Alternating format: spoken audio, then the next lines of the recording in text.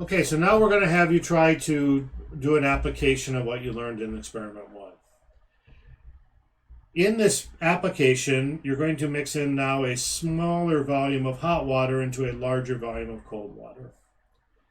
In experiment one, we had you measure 120 milliliters of hot and mix it in with 60 milliliters of cold. Now we're going to have you do 60 milliliters of hot and mix it in with 120 milliliters of cold. And the first part of this is for you to predict and explain what you expect the final temperature of this application to be relative to the experiment you did earlier. In other words, when I mix in less hot water with more cold water, do I expect the final temperature to be less than, equal to, or greater than the temperature that I got in the first experiment? You're then going to compare that prediction to a measurement that you're going to do using the exact same techniques that you developed in the initial experiment. Don't worry about getting this prediction right or wrong. If you get it wrong, that's okay. That's how we learn. The key thing is you'll have an opportunity later to try and resolve what it was in your thinking that led you to the wrong prediction relative to the measurement that you saw. As a bonus in this, and I do mean a bonus, I asked you to think a little bit about, could you calculate what the final temperature of the new mixture would be based on what you've learned? This is not something we're going to have you do in class. It's just an interesting question, a little bit of an extension of it, a little bit more complicated, but not something you can't do. I know you can do it, but you're not required to know it. So I'm going to pause for a minute, and if you want to stop the video now, I understand. If you want to just wait a second and see how you actually do this calculation, hang tight for a second. Okay, so if you're still with me, let's see what we can see if we're able to calculate the final temperature of the water. And what this relies in is that we have a change in heat in each of the cold and the hot water.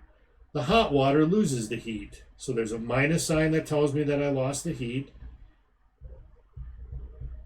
of the hot water. And we know that the heat change is minus the mass of the hot water times C times the change in the temperature of the hot water. Similarly, we know the cold water gains the heat. And to make that explicit in this line, I'm going to put a plus. That's just going to hopefully make it clear. So I have plus the mass of the cold water, C delta T of the cold water.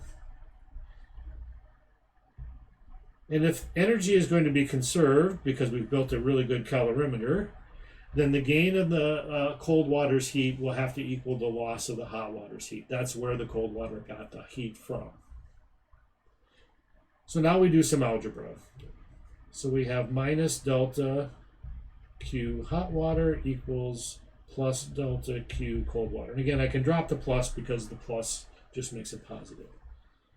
So I have minus mass of the hot, C delta T of the hot water will equal M, the mass of the cold water, C delta T of the cold water. Now the first thing I notice is I can divide both sides by C because they're on the same side, and so that cancels out. So I have minus M of the hot, delta T of the hot equals mass of the cold, delta T of the cold. Now I rely on what my definitions of delta are. Remember, that means change in. So I have minus the mass of the hot water times the final temperature minus the initial temperature of the hot water. Similarly, I have the mass of the cold water times the final temperature minus the initial temperature of the cold water.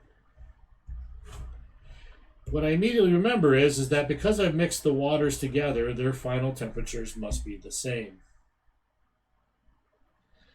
And so I can now solve. So the first thing I want to do is this minus sign that multiplies, and this may have to take you back a little bit, but again, that's okay. We all have to remind ourselves of some math.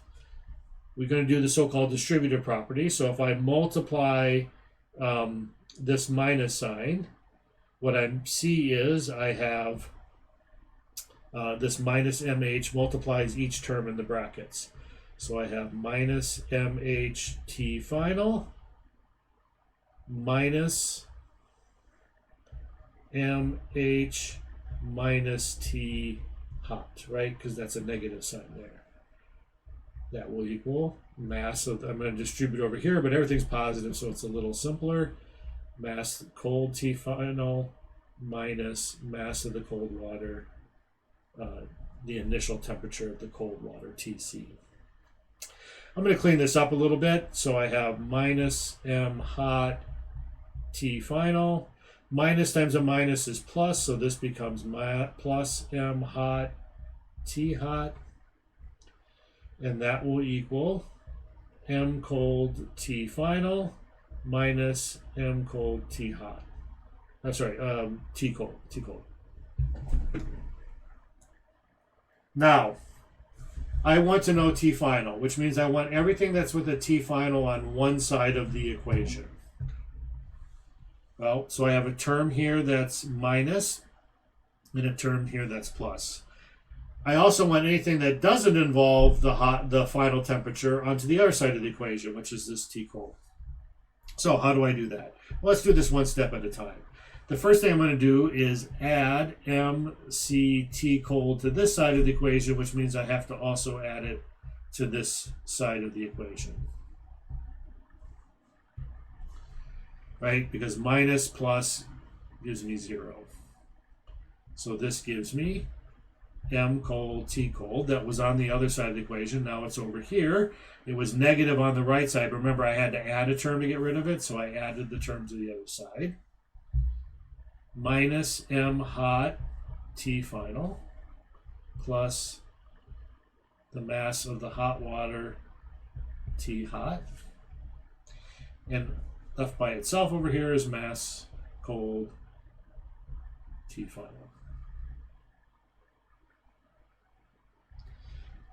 Now, I want to get rid of this term right here, right? It's got the T final on the left side, but I need it on the right side.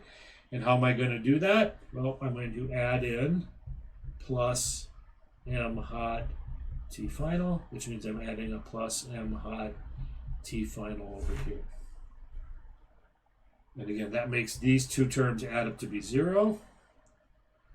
And so I have m cold T cold plus m hot T hot, and that will be equal to m cold T final plus m hot T final.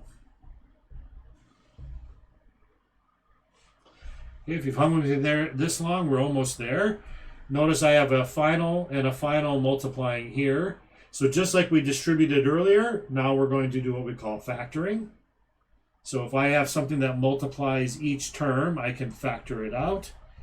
And so m cold plus m hot times T final equals m cold T cold plus m hot T hot.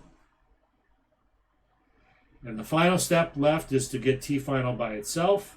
And to do that, I divide both sides by m cold plus m hot. So I divide this over here by m cold plus m hot.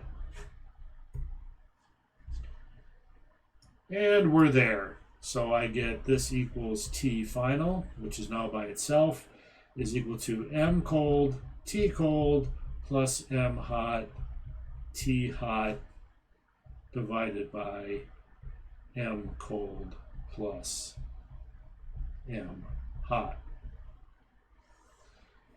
And that is how you would calculate the final temperature if you were interested in doing so.